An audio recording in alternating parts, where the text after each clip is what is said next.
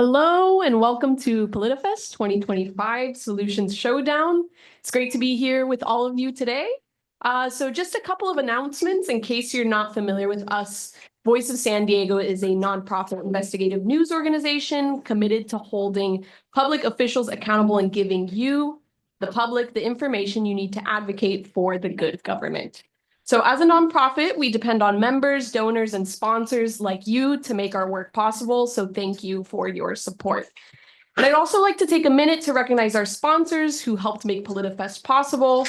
A special thanks to the College of Arts and Sciences at the University of San Diego for being our partner for the 8th year. Our thanks also to the Siquan Band of the Kumeyaay Nation, Mark Nelson and Nelson Stakeholder Consulting, the San Diego Foundation, Hitsky Development, Intesa, the Prebis Foundation, First Five San Diego, and AARP. We'd also like to recognize KPBS and iNewsSource, our partners in public matters. We are partnering to share content, conversation, and events like Politifest to ensure all San Diegans understand their opportunity to participate in the democratic process and that it means more than voting in an election. Now, if you're unable to attend any of the sessions in person, don't worry, we'll be posting the recordings to the Politifest page of our website next week. So in case anything else you wanted to see today or at this time, we also welcome your questions. So visit our community tables as well. And let me see this slide on the questions. There you go, questions and voting. So you can submit them throughout the session if you pull up right here, the QR code, and scan it with your phone. And also feel free to raise your hand and our volunteers can help you out. Volunteers in the back, could you please introduce yourselves? Just go ahead, stand up. If you need help with the app, they can help you out, okay? And you can also tweet along with us in the session and share your experience by using hashtag Politifest 2025 on social media and tag us on Instagram and Facebook. Now, allow me to introduce our moderator, MacKenzie Elmer. She is an environment and science reporter at Voice of San Diego. Thank you. Hello, hello. Welcome to the Battle Royale, Politifest 2025. We have a new style this year where our winners of the Solutions Showdowns get trophies if you guys vote for their solution. So today we're going to solve the Tijuana River sewage crisis. Are you guys ready? No small task for our panelists here today. So I will just quickly introduce our panel. We have in this corner Maria-Elena Giner. She was appointed by President Joe Biden in 2021 as the first Latina U.S. Commissioner of the International Boundary and Water Commission. That's the federal agency in charge of water and wastewater infrastructure and a lot of other things on the U.S.-Mexico border. Giner worked on a big agreement with Mexico, committing millions of dollars from both countries to invest in their infrastructure to try and solve this problem. She was one of the more transparent commissioners in the IBWC's history, who once and for all lifted the veil on some of the problems her agency faced due to a lack of funding from Congress and the state of the broken wastewater treatment plant at the border that her agency runs. We also have Rubén García Fons. Mr. García Fons works with COMICE, an organization supporting Mexican industry and construction between Tijuana, Tecate, and Rosarito. Among many things, he is a member of the Mexican Chamber of the Construction Industry and a counselor of the Tijuana Economic Development Council. He was a member of the Citizen Forum of the Mexican section of the International Boundary and Water Commission in Tijuana. Each country has an IBWC, a very interesting thing we might get into. He was on that from 2014 to 2018. And he also runs an informal food blog reviewing the best tortas in Baja California on his Instagram, which I personally enjoy. I had to make that pitch for you, Rubén. We also have finally Carlos de la Parra. He's the founder and managing partner of Luken Center for Strategies on Water and Environment. He's worked over 30 years in environmental research and policy on the U.S.-Mexico border, and he previously served as research professor at El Colegio de la Frontera Norte as regional. Slow down, MacKenzie. Oh, thank you. Translator. Sorry about that. Good point. We also have translation happening, and that's new, and I will slow down. Thank you for that. He previously served as a research professor at El Colegio de la Frontera Norte, as regional federal officer in Baja California, and as Mexico's Secretariat of Environment and Natural Resources. And also, he was a representative at the Mexican Embassy in Washington, D.C., and he currently chairs Restauramos El Colorado and serves on the board of North American Development Bank as a representative of Mexican civil society. Is that a better pace? A little slower? I am sorry. Okay, yes. Thank you. So before we begin, I'm going to do a really quick and brief overview of the situation that we face. This is, may I say, one of the, if not the biggest environmental crisis that we have here in San Diego, and it's shared by the city of Tijuana. So two countries share this problem, which makes it extra complicated. A little lay of the land here. We have, as you can see, the US-Mexico border, and we have our lovely Tijuana River, which is a river shared by these two countries. And it begins actually in the mountains on the US side and flows south into Mexico and through the urban core of the city of Tijuana. And then it flows northward into the Pacific Ocean, just south of the city of Imperial Beach. And the problem we face is it's really just a wastewater problem, if you think about it. You see here a bunch of pipes and pumps on this slides in Tijuana that are built and supposed to be collecting wastewater and taking it to a treatment plant in Mexico down south, as you can see here. This plant used to be broken, but it's been rebuilt, and so it should be helping to solve getting some of that wastewater from reaching the Tijuana River, but that doesn't always work. We have some issues with infrastructure. These are some new stats that I got from the state, I think it was CEST, right? Gran Visión. The Gran Visión, the SILA, excuse me. So some of the problem is that in Tijuana, 76% of the wastewater infrastructure is in a critical state. Actually, Tijuana has one of the more modern systems, wastewater systems in Mexico, but as wastewater systems do, they get old and they need help, they need fixes. So at this point, all the wastewater pumps that are responsible for getting that sewage down south, as we see, they fail, or they're at a critical state where they could fail. And also, there's a 10% of the population in Tijuana that sort of came together and planted in Tijuana, and they don't have a sewer system, so they're not connected. And often that's how these sewage makes its way into the Tijuana River. It doesn't have a place to go naturally. Also, the population is growing a lot in Tijuana, as we know. We expect it to grow up to 2.6 million people. And so that's adding to this problem that we see. There's also problems in the US side, as this is a binational issue. We have a wastewater treatment plant on the US side of the border. That's Maria-Elena Giner. Her agency is in charge of that wastewater treatment plant. And it also struggles to function.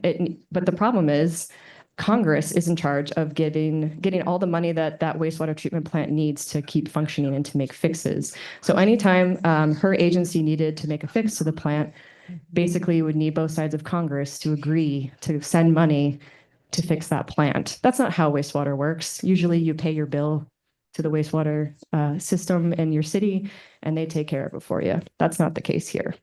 So I would just like to now allow our first solution, which is from Rubén. He's going to present, and I think we're going to have our translator come up here as well next to him.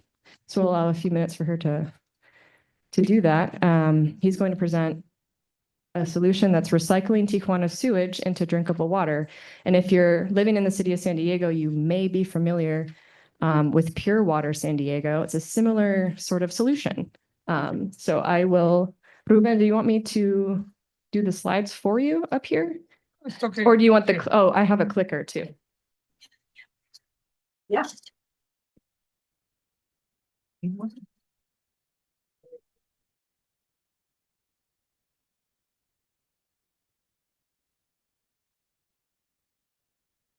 Okay. Buenos días. Muchas gracias por la invitación. Es un honor para mí estar junto a Maria-Elena, que hizo muchas cosas en esta frontera, a Carlos, que lleva años investigando, y a mi compadre que está por ahí, mi esposa, muchas gracias. Good morning. I'm very grateful to be here. It is an honor to be here with Maria-Elena, who has done various things, and Carlos, who is on the investigation side, and my friend over there, and also my wife that is here. Thank you. Well, la primera transparencia. The first slide, please.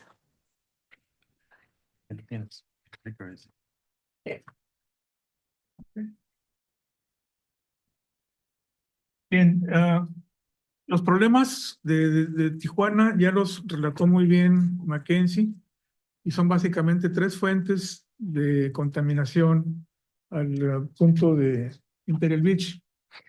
So most of the problems of the Tijuana sewage system, MacKenzie already talked about them, and there are three main pollution that we're going to talk about in the Tijuana River. Okay, repitiendo, es el río Tijuana, dos pequeños cauces que descargan en el estuario del río Tijuana y el Océano Pacífico, que está contaminado por las descargas del río, de la planta de tratamiento que no funciona, no funcionaba.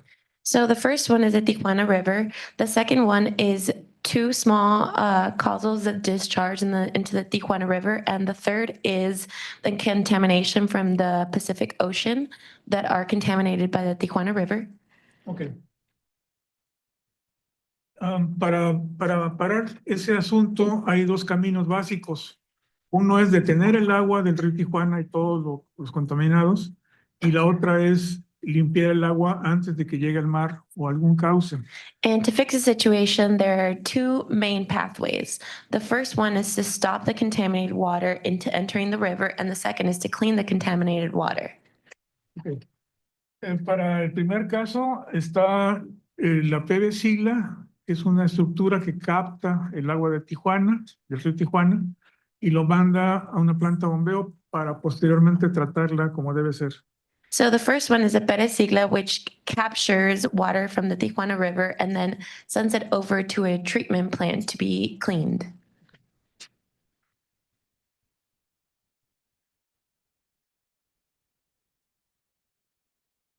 Bien. Lo que planteó MacKenzie es lo mismo que se planteó hace un año en la edición 2024 de este mismo foro. Las tres condiciones de contaminación, y en aquella época, hace un año, no había todavía documentos que formalizaran las acciones que habría que hacer. So what MacKenzie talked about right now is the same things that were talked about in this forum a year ago in 2024, which were the three conditions of contamination. But a year ago, there was no document formalizing all these actions. Okay. El primero de esos documentos es el acta 328, firmada en julio del 2022, gracias a los trabajos de Maria-Elena. The first document is the Act 328, which was signed off in July 2002, which is thanks to Maria-Elena. El segundo, muy importante, es el acuerdo donde se declara las acciones para mejorar la calidad del agua que cruza hacia el otro lado. The second act was one that was signed off to improve the quality of the water that enters into the Tijuana River.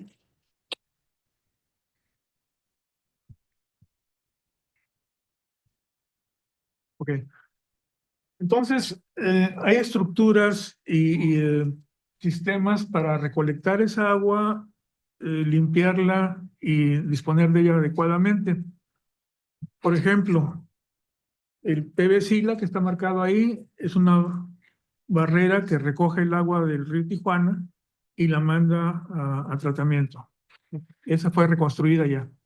For example, there are structures and systems in place that are meant to recollect, clean, and then dispose of this water. For example, this PBC is meant to pick up this contaminated water. Okay. Y en cuanto a la limpieza del agua que se va al océano, se reconstruyó la planta de tratamiento San Antonio de los Buenos. Fue reconstruida y es nueva ahorita. And for example, for the cleaning of the water in the ocean is the San Antonio, which is new. It's just been implemented.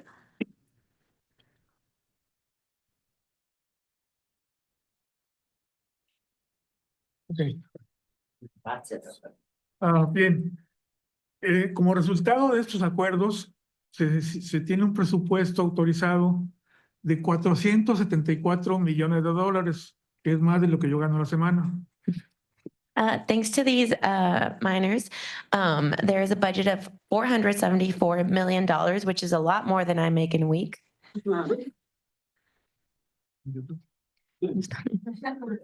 Ah, bien, en este esquema se puede ver en el norte la parte de la captación del agua y el tratamiento, y en la parte de abajo un sistema que se llama reuso. So in this scheme, in the north part, you can see where the water is captured and treated, and down here is where you can see it reused. Okay. Ese reuso, ese esquema fue propuesto por COMICE en el 2019 y en el 2020 el organismo del agua de Tijuana lo aprobó para hacer un proyecto formal. So this scheme of reuse was proposed in 2019 by COMICE, and in 2020 it was approved by the orders in Tijuana to go ahead. Okay. En este esquemita de reuso, solo son 20 millones de dólares para llevar el agua de las plantas de tratamiento que están al sur hacia la presa y ahí disponer de ellas. Pero falta el esquema que propuso COMICE, que era una planta purificadora de agua abajo de la presa. So this reuse scheme has a budget of $20 million, and it's taking the water from the south and redirecting it to the dam to make use of it. What's missing is the scheme that was approved in 2020, where it's a sewer treatment plant that takes care of all this water. Okay. Cuando se complemente el esquema de reuso original, podremos disponer de 500 a 700 litros por segundo en la ciudad y no van a cruzar hacia el río Tijuana. So once the scheme is complemented with the plan to reuse water, we are going to be able to clean from 500 to 700 liters a second that will not be coming into the Tijuana River. Ok, si entendí bien, el propósito de esta reunión es proponer soluciones a la contaminación del río Tijuana. Yo creo que las actas y los acuerdos que se han salido y firmado por ambos países resuelven el problema en papel. So to my understanding, the meaning of this forum is to talk about solutions about the Tijuana River and about miners or treaties that have been signed, but these fix the problem only on paper. Okay. No quiero ser rudo, grosero, I don't want to be rude, pero los 400 millones de dólares no incluyen cosas como el caudal que va de Tecate a Tijuana, el caudal de aguas residuales. Falta en la ecuación meter esa agua y falta considerar el crecimiento de Tecate y Tijuana. and I don't want to be rude, but 400 of those millions do not include the water press going from Tijuana to Tecate and the water going there.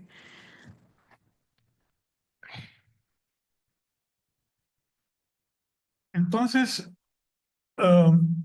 se requiere introducir esos volúmenes de agua a futuro. Pero fuera de ahí, y como dije, en papel está resuelto y muy bien resuelto. Cuando los acuerdos se lleven a la práctica, el problema de contaminación en San Diego va a disminuirse sustancialmente. So we need to introduce these volumes of water into the plan. In the future, when what is on paper is translated into action is when we're going to see the problem of contamination in San Diego improve substantially. Oh, la segunda parte es que reuniones como estas son muy importantes para llegar a soluciones.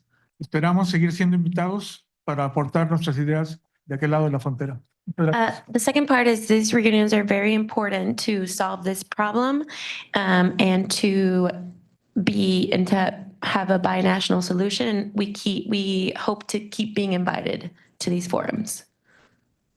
Okay. Thank you very much. I'm sorry I didn't move through your slides as well as I should have, but we can revisit your slides as we discuss after each presentation. Thank you very much, Rubén. So yes, recycling. Now we have Dr. Maria-Elena Giner presenting her solution, investing in fixing Tijuana and the border sewage system and ongoing maintenance supported by both countries. Would you like to use the clicker? Which does work. Yes, I'm just trying to figure out how I need to stand. I'm You like, go in front. yes, your yes. thing. Yeah. Thank you. So I am the former International Boundary and Water Commission. Can I get a feel for who knows what the IBWC is? All right, we have all these people that know, and those who don't, you're going to learn about it, right? A little bit anyways, because I only have a few minutes. So what my thought is that how many people think that the Tijuana sewage issue is tough? Yeah. So tough means it's not one solution, right? And this is what I'm going to talk about is that this, what I'm going to propose is something that's going to involve both the state of Baja California, who operates the water and wastewater system, the city of Tijuana that's responsible for trash, and the US government, which is responsible for working with Mexico and implementing solutions. And that's what Rubén here was talking about. What the IBWC did was an agreement with Mexico called Minute 328, but that minute was just the first step. The geography is not going to change. So continued transparency, trust, and diplomacy is part of the fact of what underlies all of this solution. So.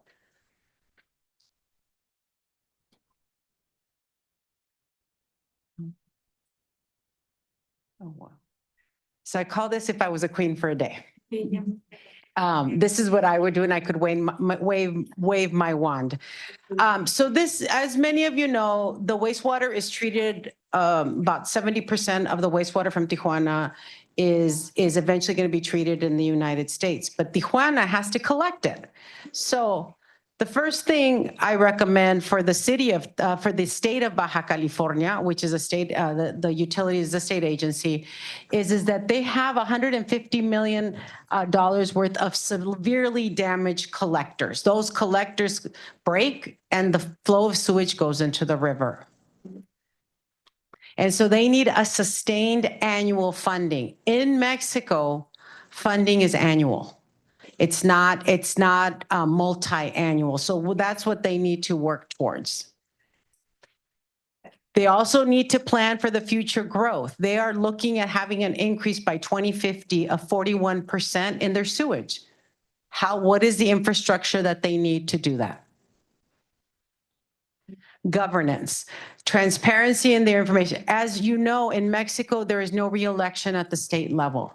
So ensuring that there is transparency of information across administrations is really important. So one of the things I'm recommending is the formation of un observatorio, which is a model that has been used in other cities where you have citizens at large looking at indicators to see how they're operating. Are they having enough money to sustain their O&M? Are they having enough money, enough people? Are they achieving the goals that they need to do to have a solid and resilient wastewater system?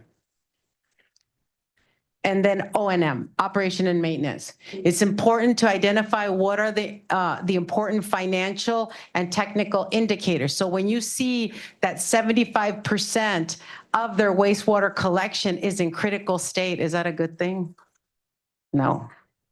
Because we can build all the wastewater treatment plants, but if it's not being collected, then we're going to have an issue. So those are important things to also take into account. The other thing is that the city of Tijuana, 82, they have what they call a collection efficiency of 80%. That means 20% of the people don't pay their bill.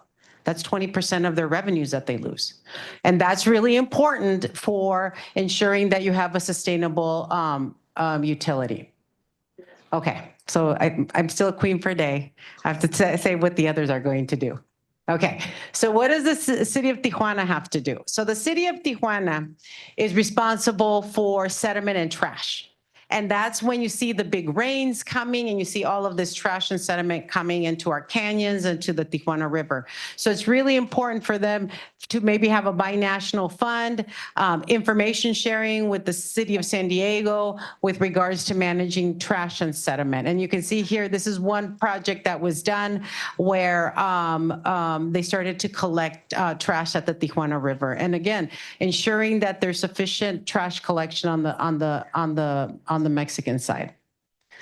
And what about the United States? So the federal government there is responsible for any sort of arrangement with Mexico. That is their job, right? And that was my job when I was there. And so the US EPA invests in infrastructure in Mexico. And so part of that is when for every dollar they put in Mexico, they get Mexico to invest $2. So it's like a carrot. Sometimes it's even $3, right? And so we need to continue funding EPA's border infrastructure program so that they can match Mexico's funding. And again, if I were queen for a day, I think the United States also needs to create a binational operation and maintenance fund so that they can incentivize Mexico to maintain those collectors. There's a lot of work that needs to be done, not only on repairing infrastructure, but maintaining it.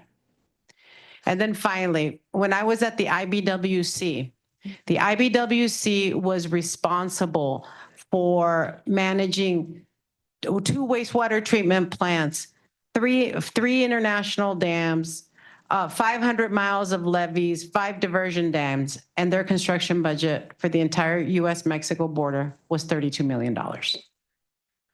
By the time I left, we had gotten it up to 400. But my point is that IBWC needs to increase their funding, because when I got to the IBWC, MacKenzie did a Freedom of Information Act, wanted to read a salacious report we had on our facility, on our wastewater treatment plant. And there was $150 million worth of infrastructure that needed to be repaired at the plant. 150 million. That was like my starting point there. So, and when you're only getting 32 million a year, there's not much you can do, right? So definitely increasing the funding so that they can move to proactive maintenance of the international treatment plant and actually have more staff at the field office.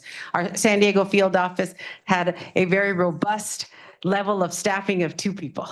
Yeah. So that gives you an idea. And then finally, geography doesn't change, administrations change. Continued diplomacy between the United States and Mexico is really important, but it cannot just be the federal government.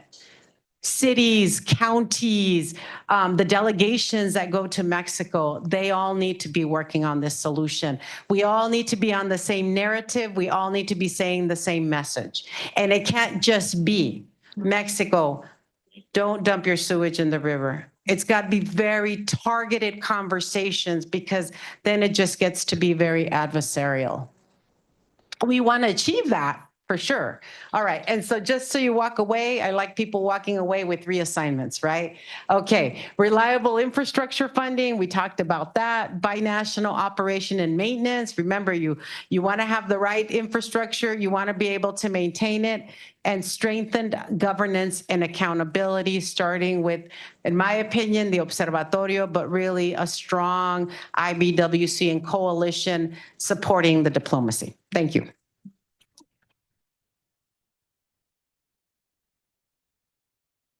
Wow, you did that in under 10 minutes. Oh, God, I had so much more to say, but I was getting nervous. Okay. And next we'll have Carlos de la Parra, Dr. Carlos de la Parra. He will talk about, I called it ripping up the concrete and bringing the Tijuana River back to its natural state. So thank you. Would you like the as well, or would you like? No, I can probably man the, Okay. maybe I should accept. You can tell me to like next. I'll Right. Do it for you. Okay. Okay. So let me start with two housekeeping concepts. First, I've been a native born in Tijuana, and as you can see, I've got quite a few decades already on my belt. So I want to apologize for what has been going on over the course of more than it should. Secondly, I want to object to the concept of sewage crisis. Can we go to the first slide, please? Yeah. This is not a crisis. This is a system failure. This, can we go to the next slide, please? We have a saying in Spanish. No hay mal que dure 100 años, ni cuerpo que lo aguante. Which means there's no ill that will last 100 years and no one that can endure it. How can you talk about a crisis that's been going on for 100 years? Can we go to the next slide, please? See, that is out of a source, Tijuana River Valley Historical Ecology Investigation. That's in 2017. It was published by the California Coastal Conservancy, State Coastal Conservancy. And it does record, and if you look in history, there are writings in the 1920s, in 1927, in 1931, that spot sewage coming across the border from this little town. So if there is no ill, okay. If there is no ill that lasts 100 years, I think the Tijuana River might be trying to prove us wrong. Can we go to the next slide, please? So I'm going to talk about three things, Gus. I want to set the record straight first, talk about history. Then I want to talk about the system failure and the need to completely overhaul the system that we have. And then the third, I want to talk about governance, and Maria-Elena talked about governance.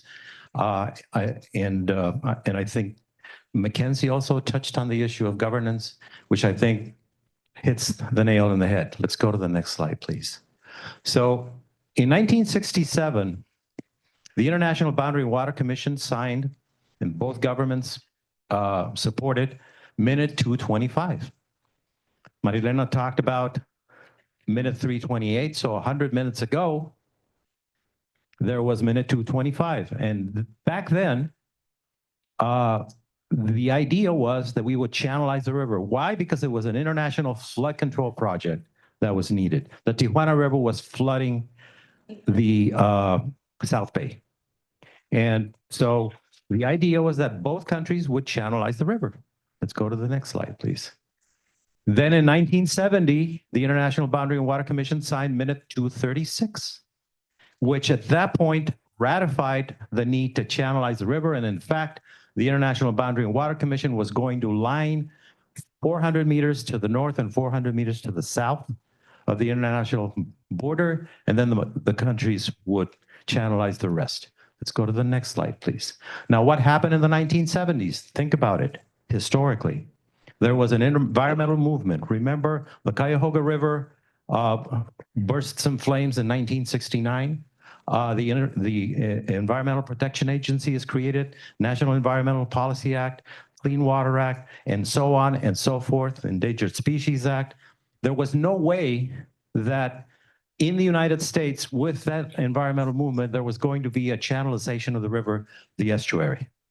And so what happened is that the US government decided not to channelize. Here's a memo that comes from a federal officer in Mexico to the then governor of Baja California, Roberto de la Madrid, which states, I'm forwarding the following document in which the U.S. Army Corps of Engineers informs Congressman Lionel Van Deerlin, Some of you may remember the name. That continuing channelization is quote unquote inconvenient. But the agreement between the two countries on how to manage the Tijuana River, an international body, was never rescinded. There was always the concept that there will be a channelization from the Presa Rodriguez all the way to the ocean. Go to the next slide, please. I would say the rest is history, because what happened then is urban growth, as MacKenzie stated, has outpaced the capacity for planning in Tijuana. The river collects, of course, sewage, trash, sediment, and so forth. Channelizing the river is not a very good idea, but because what happens then is that it just accelerates the cross-border transfer. It becomes a very efficient hydraulic conveyance system that conveys trash, sediment, and polluted water. So now you have on the south side drainage, and on the north side, you have a wetland. You have on the south side again, upstream, can we go to the next one, please? We have a urban drainage system, which is right there on the bottom. And then downstream from that, we have a riparian river. That's not a very good idea. That's not a very good setup. But that is exactly what happened from the federal perspective of both national governments.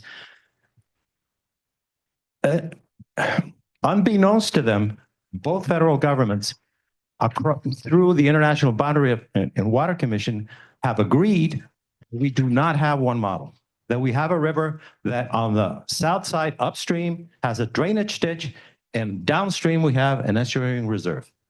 That's not very bright. So let's go to the next one, please. Let's talk now about the radical change. That's the history. Now, lens number 2. Here is the system that we have. And this is the hydraulic system seen from afar. Expanding the treatment alone is not going to solve this. You need a binational system that actually matches urban reality with what is going on. Rethinking infrastructure, land use responsibilities, we actually jointly need to go back to the board, back to planning and decide what type of river we have. Can we go to the next one, please? Because you see there on the left, that's what a river does. Sediment resuspends and then redeposits and is retained by rivers. And of course, storm mitigation, habitat creation, recreational opportunities, and so forth. Those are the things that attract people to a river. Now, on the right-hand side, you see the channelized river.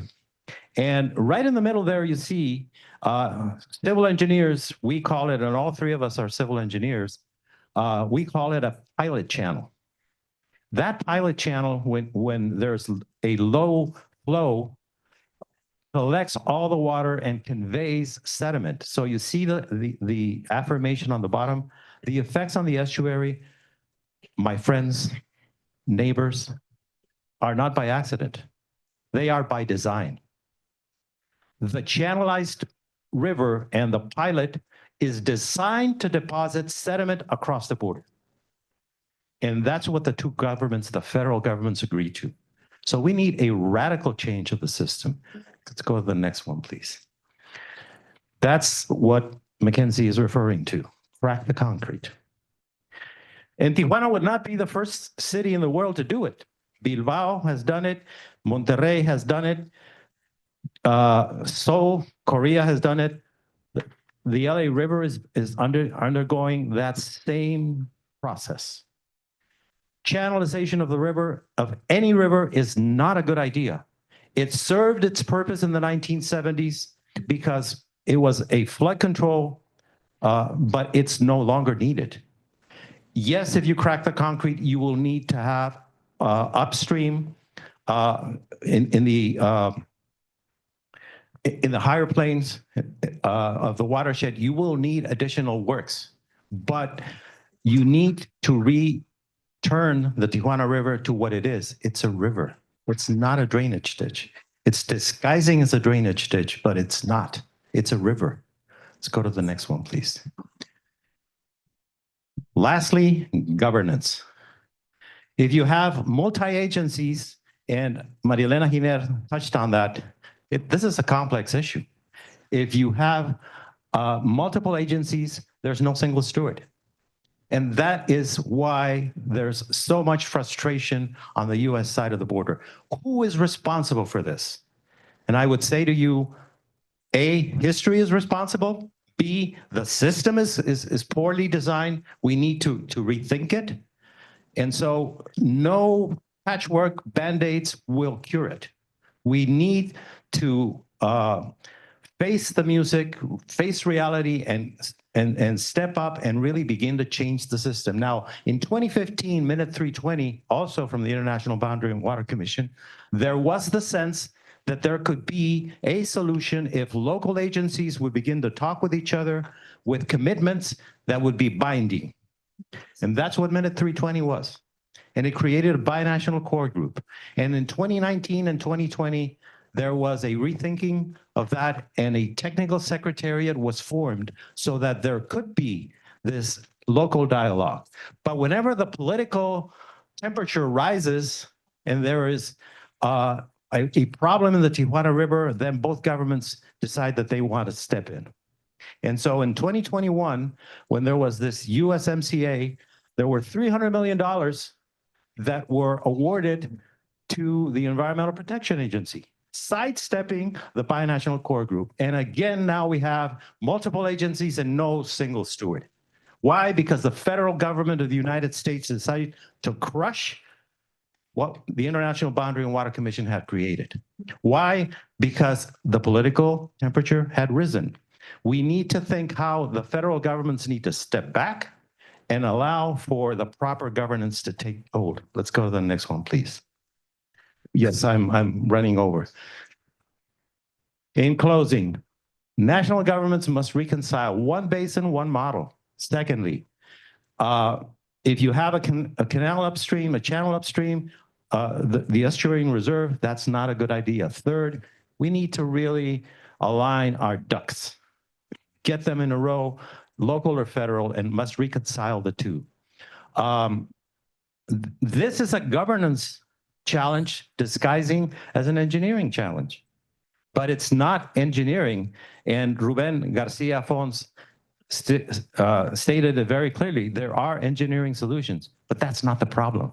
The problem is governance. Let's go to the next one, please. And so I will say, again, there's no ill that will last 100 years. No one can endure it. Now, we have to really answer that question. Are we going to have the river prove us wrong, or are we going to change the system? Thank you.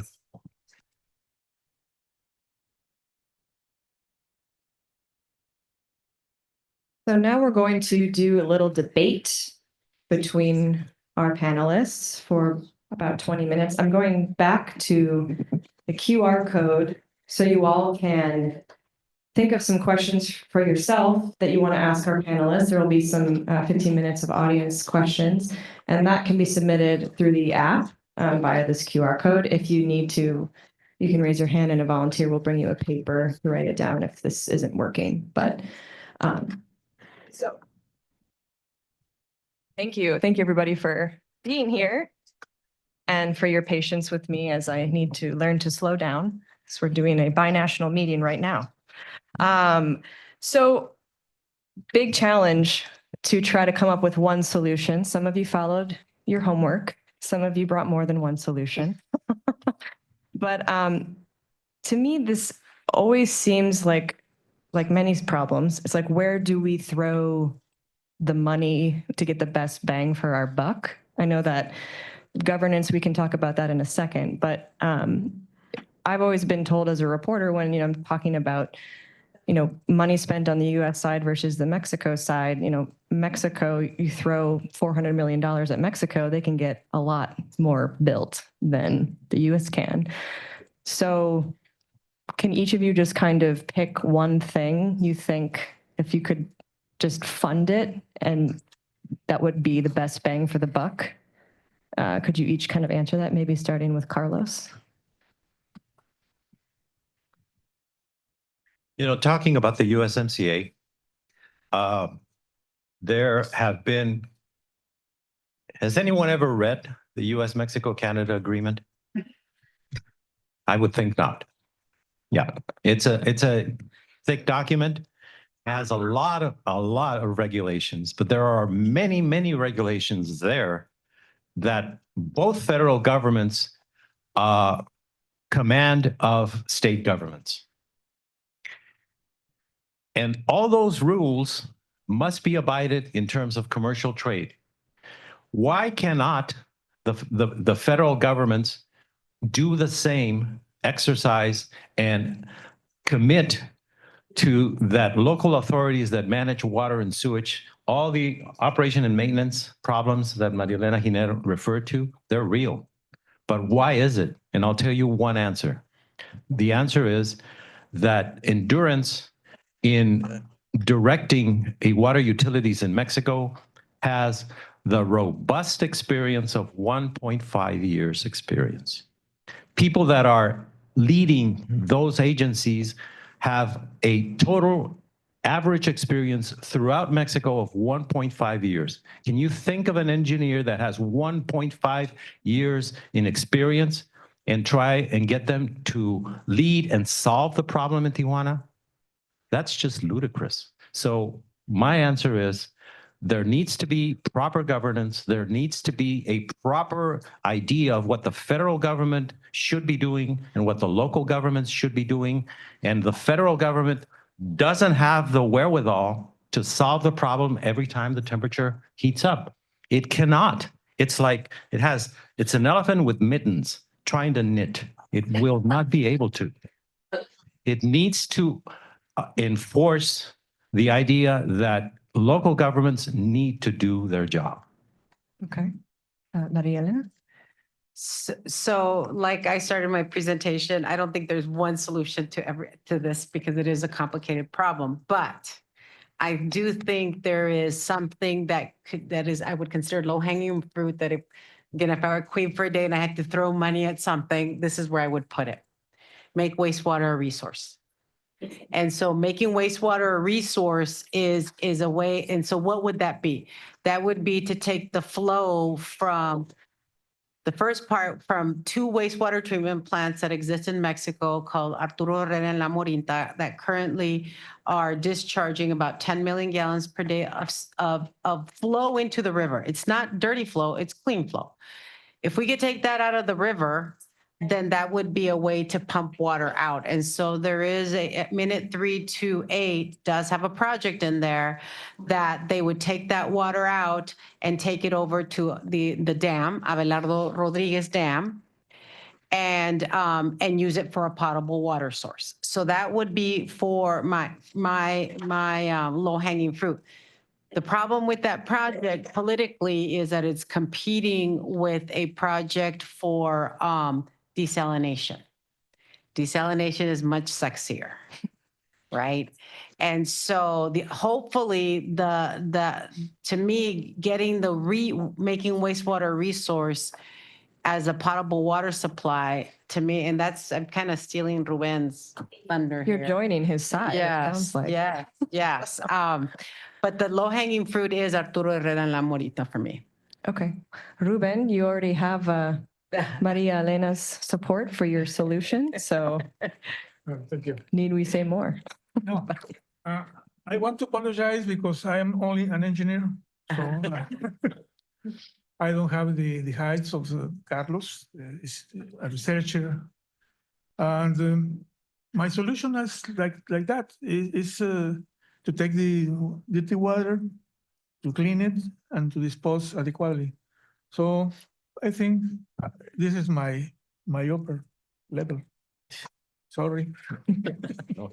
And so just let me add something to that, MacKenzie, because the thing is that as many of you see, the geography in Tijuana is very difficult. It's mountainous. And so you can't make all your wastewater a resource. And so that's where I push back a little bit on the nuance of what wastewater can.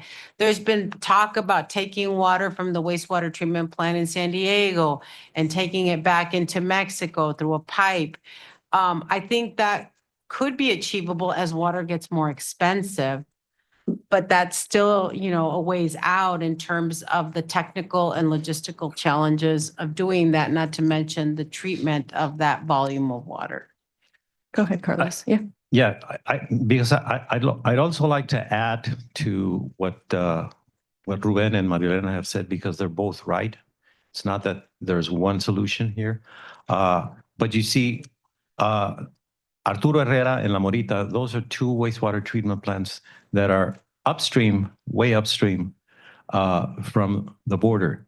But the bulk of wastewater in Tijuana is collected right at the border and then, in theory, pumped all the way to the coastline for treatment.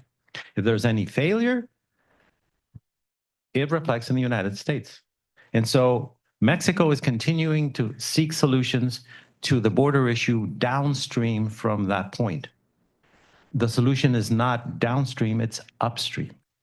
The reuse of water, as Maria-Elena and Rubén have suggested, is a very good idea. Upstream, not downstream, upstream, Right. a decentralized wastewater treatment system that reuses water for landscape irrigation by system, so that the bulk of the water does not arrive at that pump station that keeps failing right at the border.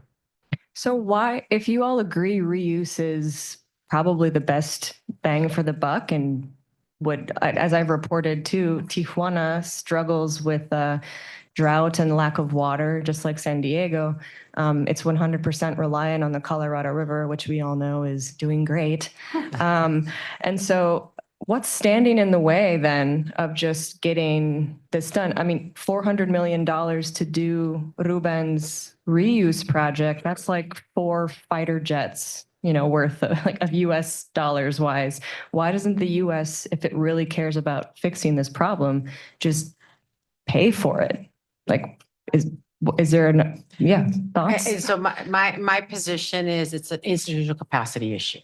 What in does that Mexico. mean? So Oh. what Carlos mentioned was that the director of the water utility in Mexico, which is a state agency, has an average lifespan of 1.5 years. That means every 1.5 years are changing the person there. And so these projects take a long time to develop and implement. And so their issue is that one, they don't have that ability to go through the development and get it implemented because they change out. That's one thing. The other thing is I really think in Mexico, there's a big legal impediment with regards to how they do construction funding. Construction funding can only be annual. So projects have to be sized. There's no carryover of construction funds from 1 year to the next.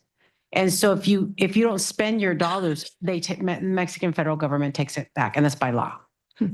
And so that's a second impediment. And then the third, to me, impediment, which I think this third one can solve some of this is the only way you can do these large projects that go across years is through this Mexico's infrastructure fund, which is a bank, and it's called FONADIN, and they require by law public-private partnerships, where a private entity either is going to operate it, or a private entity is going to invest capital and build it. And unfortunately, in the last administration, that public-private partnership was considered a bad thing. And so though a lot of those legal mechanisms is what made it tough. My experience with projects has been the three most complicated parts of a project is never technical, never. It's legal, financial, and social.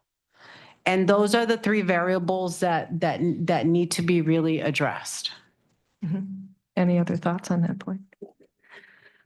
Well, so what you're saying, I think just to clarify, you're saying in Mexico, I mean, we have this problem in the US too, but the people who are in charge in different parts of the Mexican government that need to get these projects done, they get switched. They only spend maybe a year in their position, and then there's a new maybe director of wastewater or a new director of drinking water or infrastructure that then everybody has to get to know. They have to understand this decades-long problem. They may be coming from a completely different background. I mean, I think I met a director of water in Ensenada who came from the Department of Education, for instance. You know, there wasn't the technical expertise potentially. So that rotating door makes it very complicated, especially for the US even, to maintain relationships with the people in Mexico that need to get the technical stuff done. Did I explain that correctly? Right, and that's what, Yes. okay. 1 year ago, you said in that forum that the sewage problem is not a problem like send rockets to the space, to Mars. It's not the same. It's a sewage problem, a plumber. Just like that you said. Plumbing problem, yeah. So this is my level, plumber. Well, at that level, I think the problem can be solved if governments and technicians and agencies put all in the same frequency, in same truth. So I insist that this kind of reunions are the way that we can understand the other sides of the border. And that's actually, he hit it kind of on the mark is that the continuity needs to come from the social element of it, right? And that includes the US federal government, as well as the local governments talking to their Mexican counterparts. Again, syncing everybody onto one narrative. That's how you bring about that continuity. The other area, in my opinion, that Mexico brings a lot of continuity, but unfortunately was rather debilitated in the last administration, is academia. Academia in the past has been a very solid institution in Mexico. And I know you can talk a lot about that in terms of ensuring that ideas go across administrations. So I have a PhD in public policy. I'm a civil engineer. And the reason I went into public policy is because good ideas, good smart planning is what makes infrastructure resilient. And unfortunately, when things get hot, and the communities are, you know, you got the social element really riled, and you have the politicians really riled. They start looking for whatever ideas are around to solve a problem, right? And they'll grab the first idea that kind of bubbles to the surface.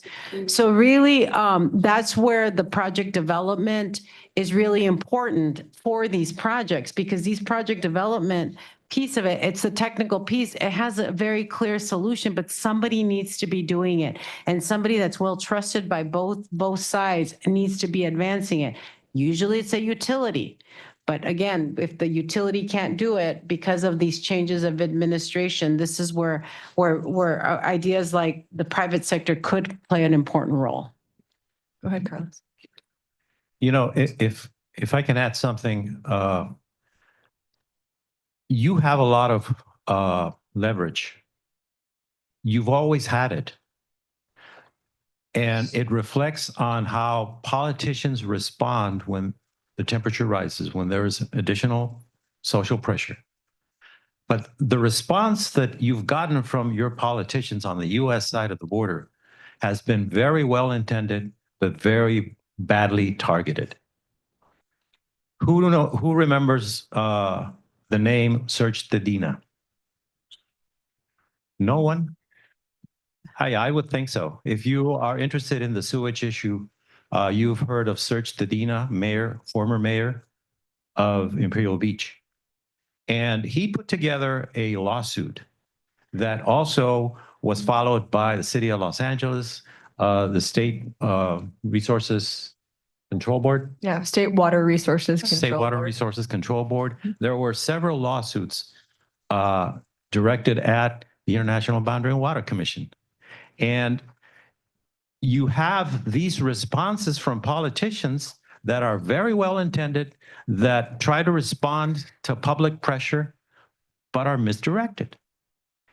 It's like, you know, this metaphor of dropping your keys and then going to the light to search for the keys because that's where you can see. That's what they're doing. No one is searching deeper into what the root of the problem is. And I assure you the root of the problem is, you've heard it today. It's governance. It's the history. You need to tell your politicians, stop screaming and get to work. Because if there is a USMCA that directs federal governments, including the government of Mexico, to hold local authorities in Mexico to a certain standard, they can do it. And they've done it with trade, because trade is, of course, very popular, but they haven't done it with essential issues like water. And just to clarify, the USMCA is the US-Mexico-Canada Agreement, which is the renamed by Trump, the North American Free Trade Agreement that under Trump, that first term, he promised this $300 million to try to throw at this problem to fix the Tijuana sewage, not crisis. Now I'm trying to think of a different word. Problem.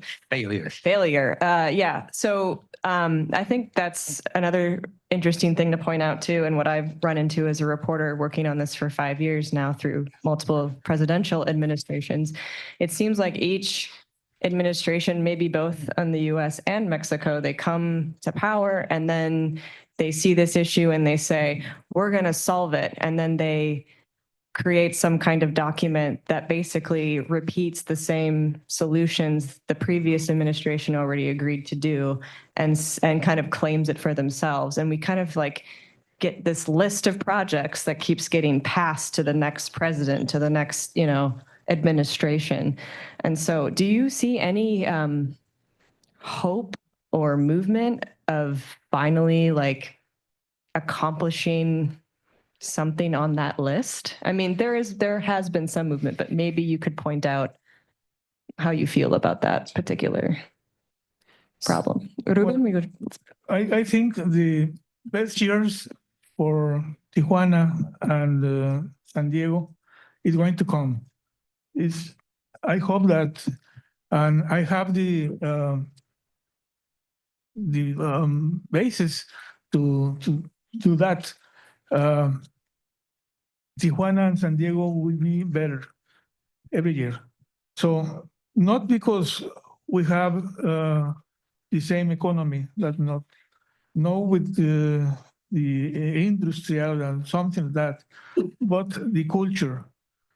The culture in Tijuana and San Diego is very similar.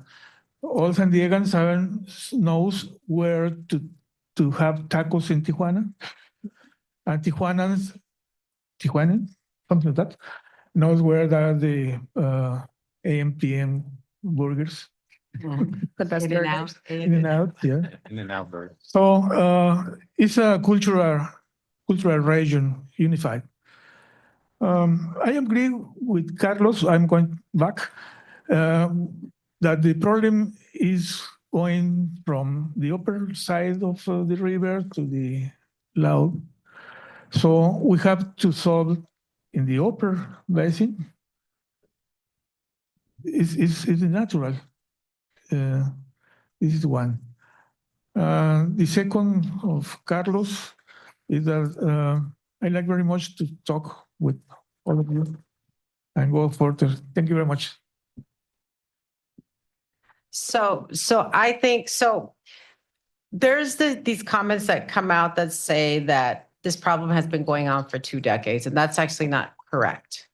Up until 2015, I would say between 2005 and 2015, Tijuana, well, let me take a step back. In the early 2000s, Tijuana built 3 wastewater treatment plants, and that's really unheard of. At that time, only 26% of the Mexican population had wastewater service. And so Tijuana was a leader in that as a wastewater utility. They were the #1 ranked wastewater utility in Mexico.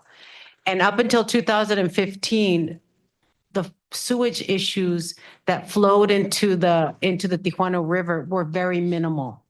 And so I think we need to envision that we need to get back to those levels. We need to get back to those levels when we didn't have that issue of transboundary flow.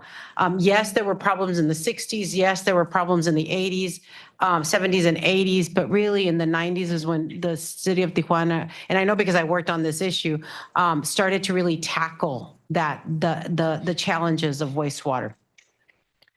So when the rest of Mexico only had 26% of the population with wastewater treatment, Tijuana was like almost at 90%. So here's the issue with now, is that we let our guard down, 20 years passed, and that infrastructure collapsed. What Minute 328 is going to do is repair some of that some of that infrastructure. And I think we're going to see good days coming forward. But geography does not change. And if we let our guard down and do not continue on an annual basis, continuing to have those conversations with Mexico, having that transparency, quiet diplomacy between the 2 countries where they're sharing with us their indicators on where they're at in maintenance, where they're at in revenue, if they have enough revenue to maintain that system, we will be back with a collapsing system again in 10 to 15 years. So again, I think we do have better days coming forward, but we cannot let our guard down. Thank you. Carlos? So I would hope that meetings like this, as Rubén García has said before, do spark a change. Because an informed populace is the only thing that can actually guarantee that things will be improving systematically. And I think that Maria-Elena also touched on this observatorio, an observatory, a citizens' observatory of what's going on. We need to somehow create a body that from the citizenry, from civil society, keeps tabs on what's going on. And for me, the thing that the citizenry needs to do is to uphold politicians to not keep looking for the keys where they didn't drop, just because they're slight.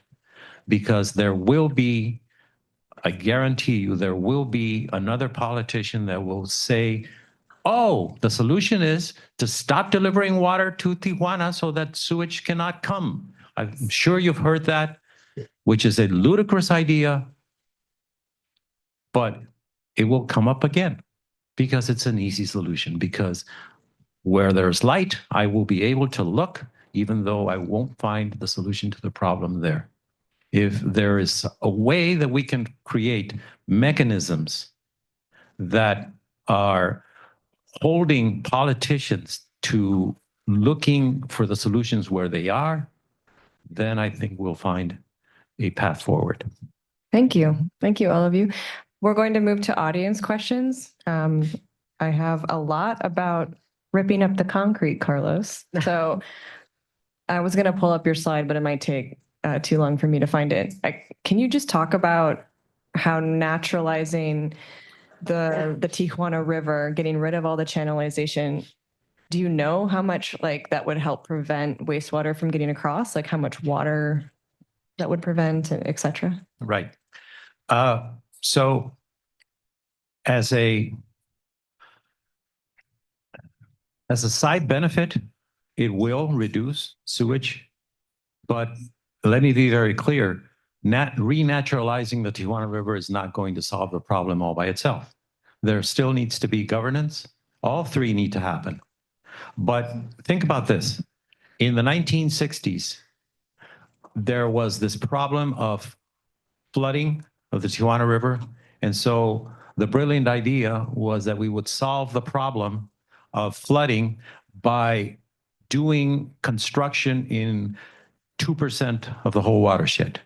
The whole watershed is more than 4,500 square kilometers large, and only in that strip you could channelize the river and make the river, by golly, do away with every single drop of water that falls all throughout the watershed. Now I'm saying stop focusing on the 2% of the area and focus on the 98% of the area and control storms. It's not that you need a channel that does away with all the water. It's that you need a river and control it so that it doesn't affect the population. How would it help the sewage issue? Well, if you think about it, it will not streamline all the pollution across the border. It's going to hold it in the river. It's going to hold it throughout the river. And if we actually want an amenity, people converging to the river, they are going to start creating a stink for government on Tijuana. You know, Tijuanans,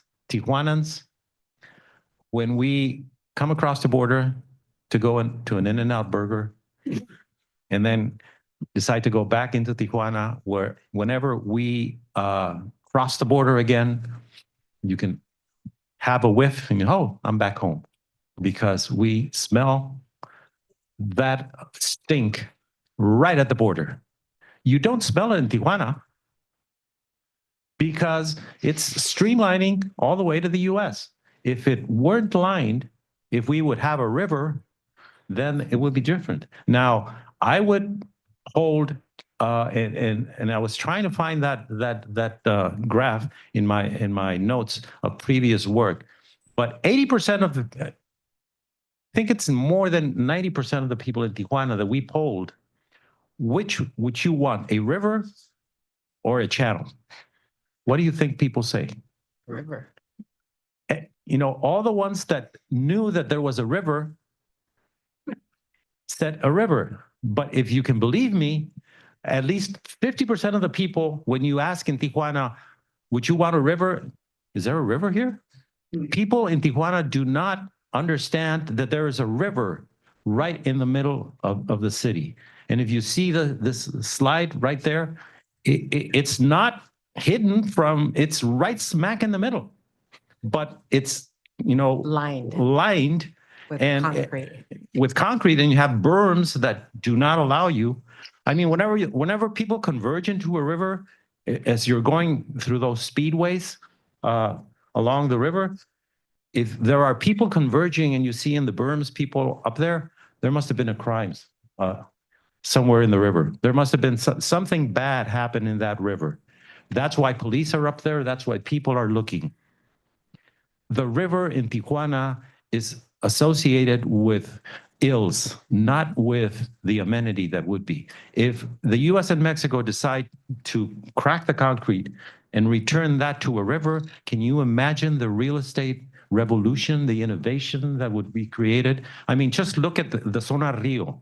All of the construction, the hotels are with their backs to the river. They're facing Paseo de los Héroes. They're facing, they're not facing the river.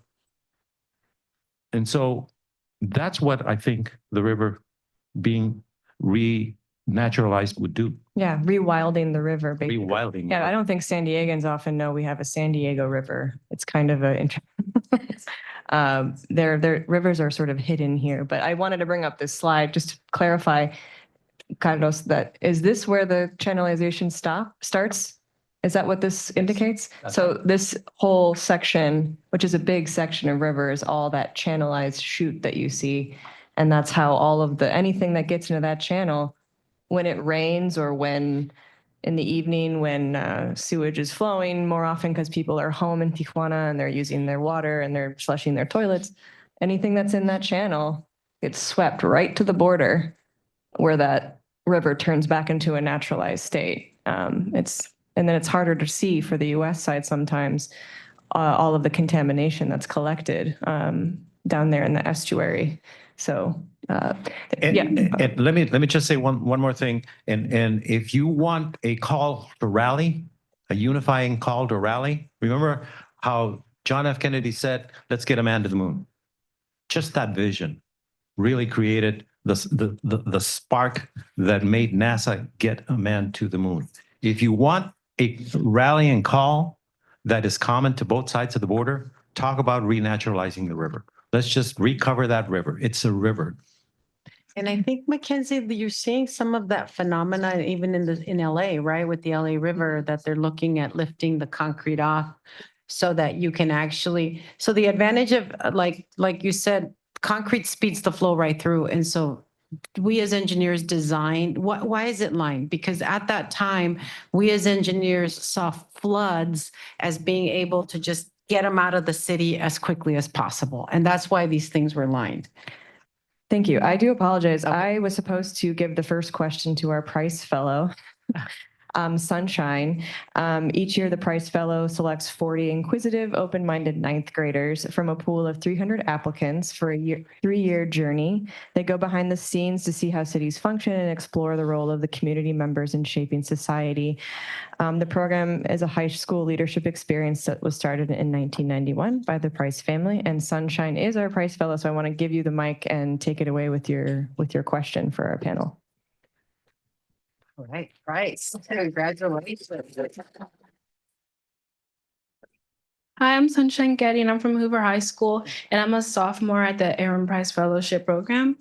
My question is, what is being done to address the Tijuana health impact of airborne pollution on vulnerable groups like elderly, pregnant people, and children?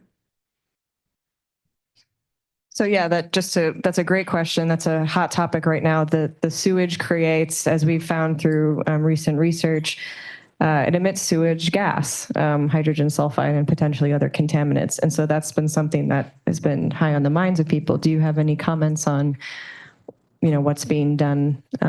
Maybe Maria-Elena, you were here during that sort of discovery. Right. So one of the things that we saw was that the air quality issue was impacted very, very seriously when you'd have higher flows in transboundary flows in the river, right?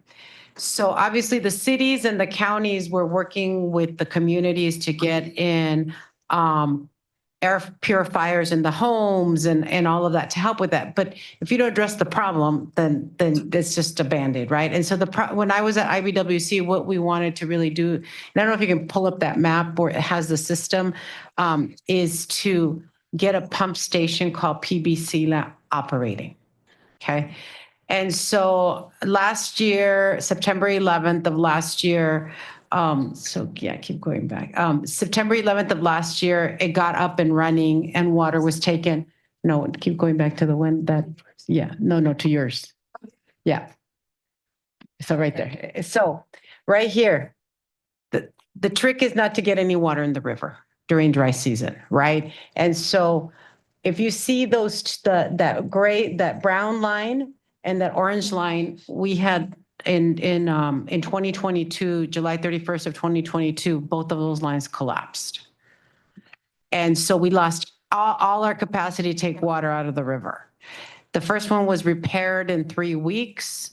And when it was repaired, it got up and running. But the second one, as many of you remember, we were having serious supply chain issues during that time. And it took Mexico a year to get pipe. This is 60-inch pipe. You can't go to Home Depot and buy it, right? You have to have it made. And it took them a full year to get 60-inch pipe to rebuild the second line.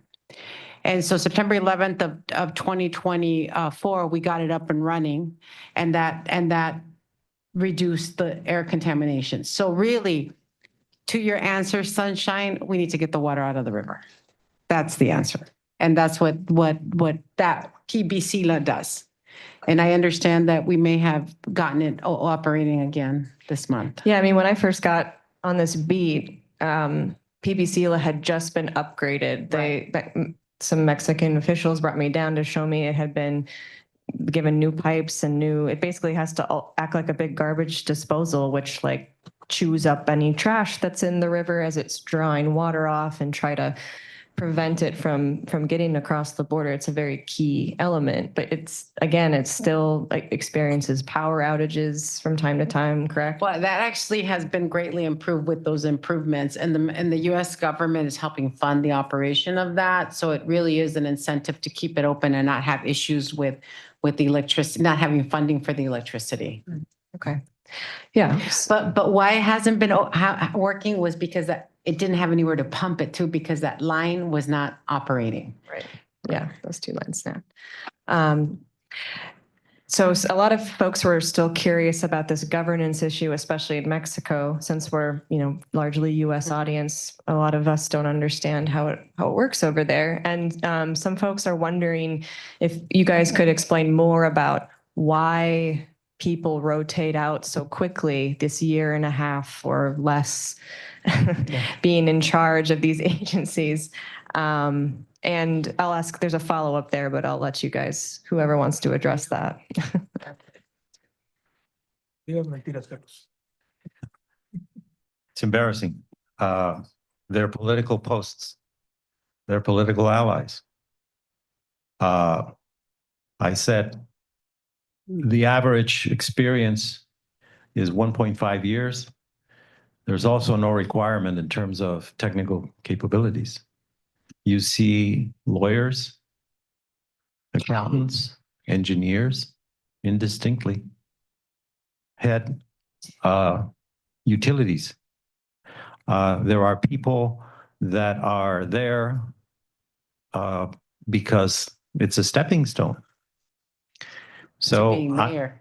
to being a mayor, yeah. So I'm not really shocked at how good, at how bad things are. I'm surprised at how good things are. If you consider that qualifications list. Why is it like that? I am probably in this room the person that regrets more than any one of you that things are like that. And so, I sit at the board of the North American Development Bank.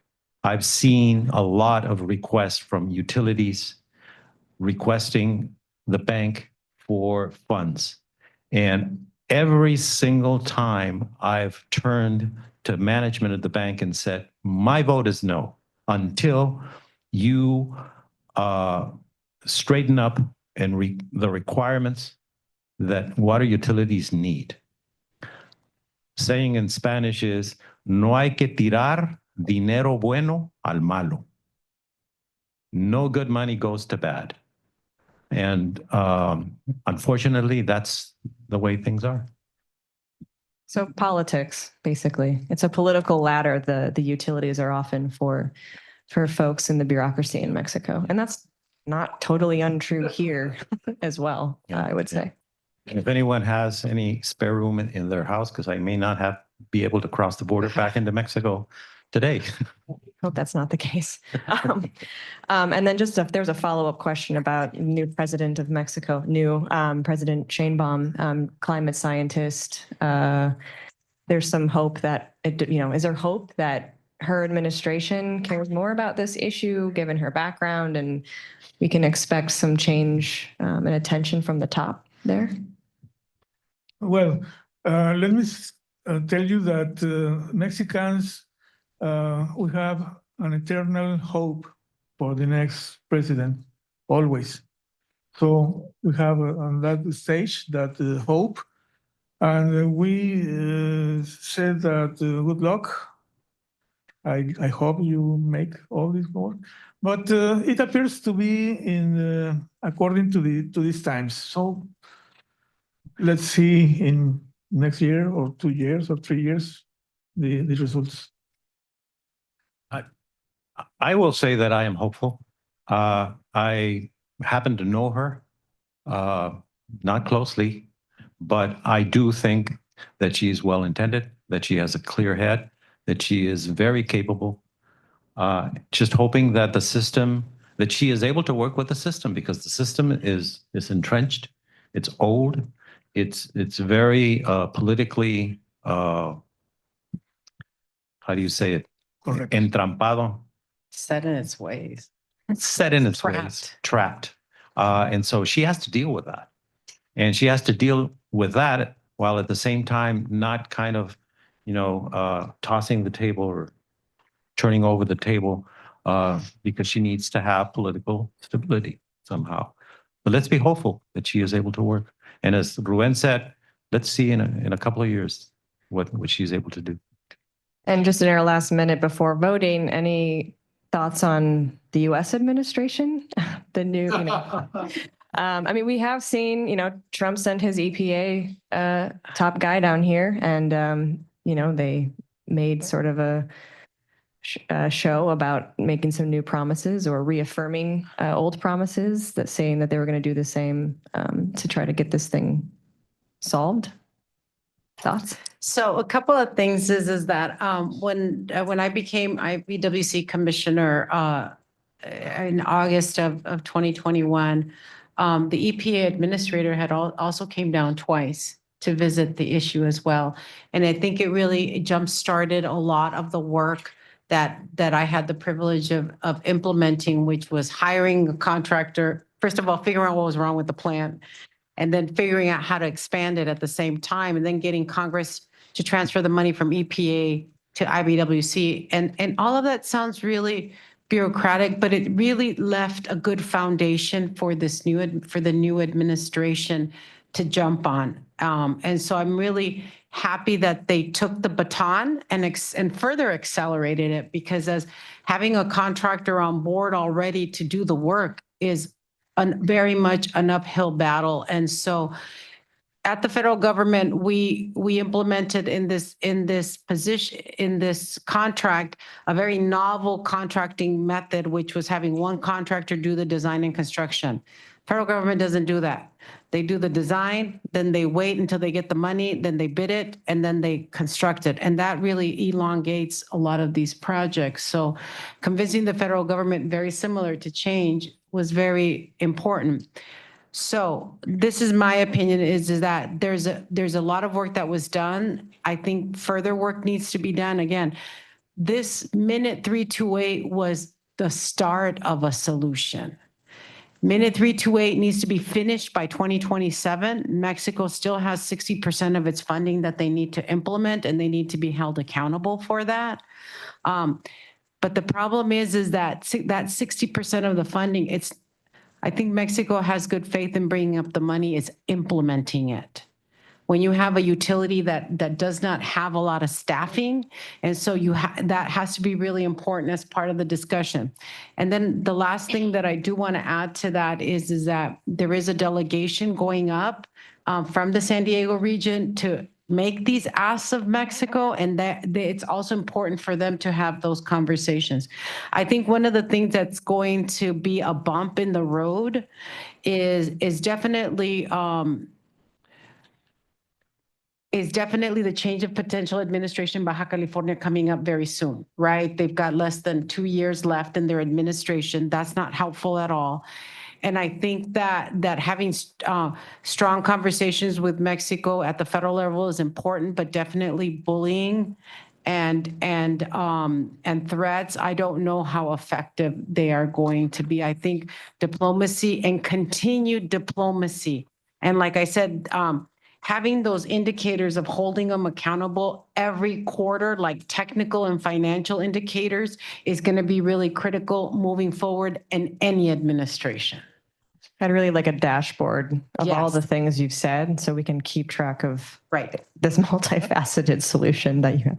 So we only have, thank you to all of you for being here, for traveling here from Tijuana and joining us and being patient with me with my slowing down of my speech.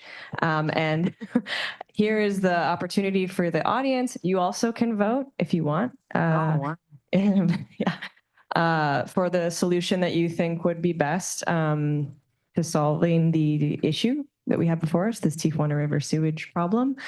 And at the end of the day, we're going to have our solution winners. They're going to be presented a trophy. And if you want to stick around for that, otherwise I'll get you your trophy when we go for tortas or something later. So thank you everyone for joining us. And yeah, everyone have a good rest of your day. And thank you for caring. Thank you.